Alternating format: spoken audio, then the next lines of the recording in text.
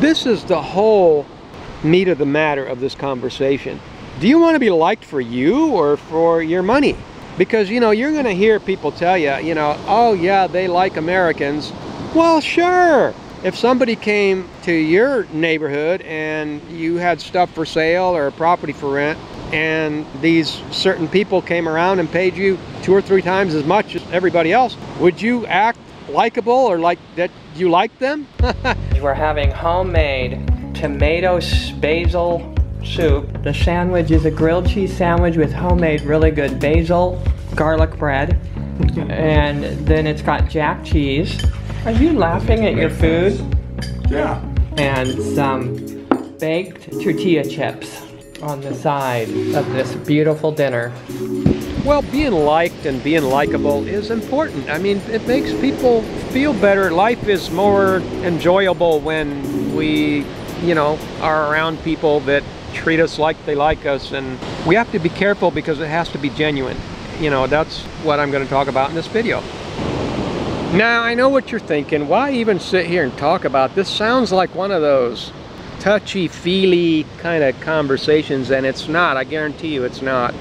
There's a couple of different things and perceptions in this conversation that I want to address, and then I'll get to the actual issue of how to make yourself more likable in Mexico or Ecuador or anywhere in Latin America, which we have spent the last 11 years living in.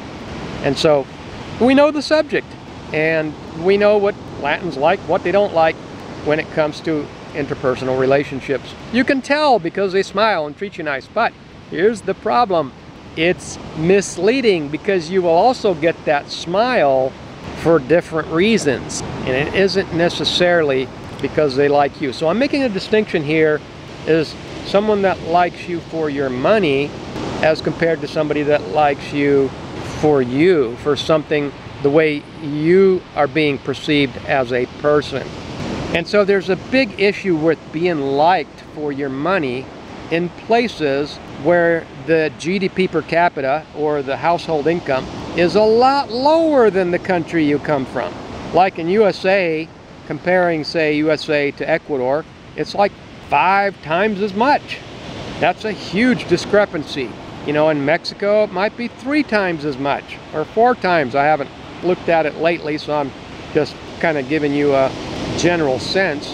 And so a lot of times you can walk around and get these smiles and give you the impression, oh, they, you know, they like me or they like Americans. And, you know, this is a kind of fuzzy place to be, because the question of whether people like other people has to do with the character of a person. I mean, for example, some people generally they like being around people and they like people. And so there's a personality issue there. Therefore, what I'm saying is what you put out comes back to you, so that sometimes you can act personable, but that has to be not confused with being liked for your money. So you've got to really, this is the whole meat of the matter of this conversation. Do you want to be liked for you or for your money? Because, you know, you're going to hear people tell you, you know, oh yeah, they like Americans. Well, sure. If somebody came to your neighborhood and you had stuff for sale or property for rent, and these certain people came around and paid you 2 or 3 times as much as everybody else, would you act likable or like that you like them? I'm sure you would, because you wouldn't want to discourage them from spending money with you. That's just human nature.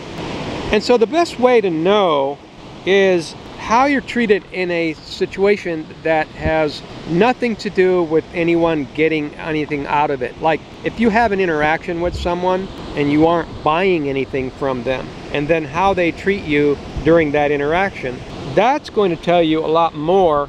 And so if somebody acts like they like you while you're spending money with them, that's not really that's not a measure, you know, it's not a way to measure anything. When you interact with someone on a non-financial level, without the expectation either, there can't be an expectation.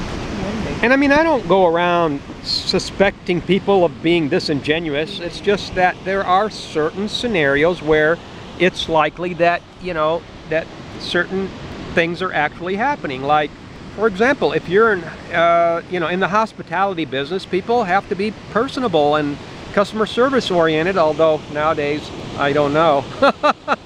That's not always the case. But, you know, and so, if you're staying at a hotel, it's normal for people to treat you well. You know, if you go to a restaurant, it's normal for the wait person to treat you well, and that's how it should be. That's what you're paying for.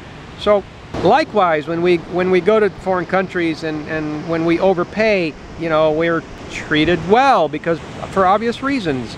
But none of those things really give us the genuine likability and relationship and the sense that we get when we're around people, you know, that genuinely like us for who we are.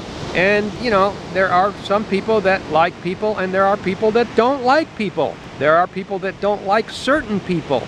And so, excluding all of those things and all of those reasons, what are some of the things, what is it that would make you likable in Mexico or anywhere in South America, Central America? What we have found by experience, and I'll give you a real quick example. When we went to Eastern Europe, I knew that we were just passing through. We were just only going to spend a couple of weeks there. Now, we spent several months in Poland, but we only spent a couple of weeks in Armenia, okay?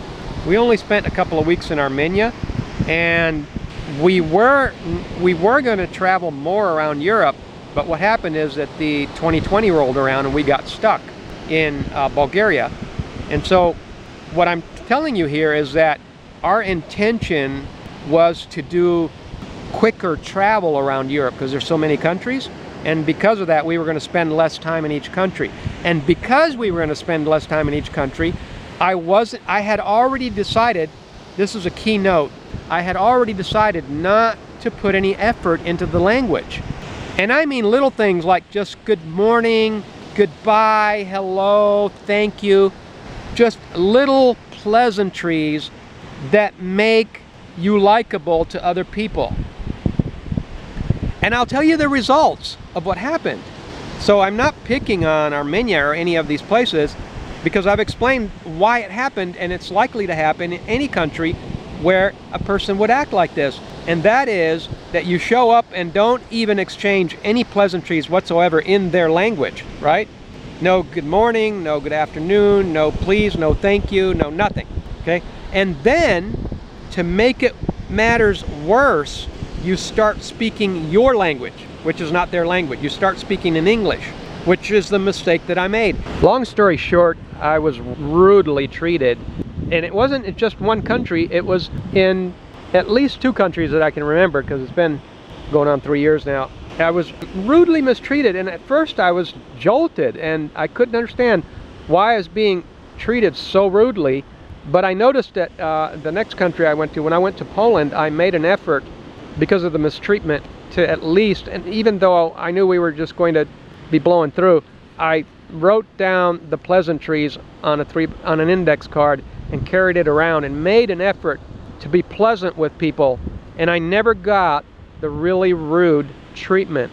And so that is the secret, the most important. And even here in Mexico, I've noticed people, you know, some people, not everybody obviously, but occasionally you'll turn around when you're attempting to say something in Spanish, because I'm not 100% fluent, because you don't have to be 100% fluent, you know. And so just the fact that you're trying, making an attempt to say some things to the cashier, some of the people in line would, you know, just look at you and smile, and because they appreciate that at least this foreigner is attempting to speak the language. And so you could butcher it up and everything, but just because you're attempting, you know, you're going to be so much more liked and accepted than those foreigners that just blow through and don't even try and think they're going to just speak their language as if they're in their own country and this kind of thing. So that's the secret. Personal experience. Take it from those of us that have been through it and have done it. The Buenos Dias culture in Ecuador. Now, if you've read our material, our books and everything, you know how strict and how important the Buenos Dias culture is in Ecuador, to the extent that if you don't do it, you are considered disrespectful to a point where you're subhuman and just get disrespected.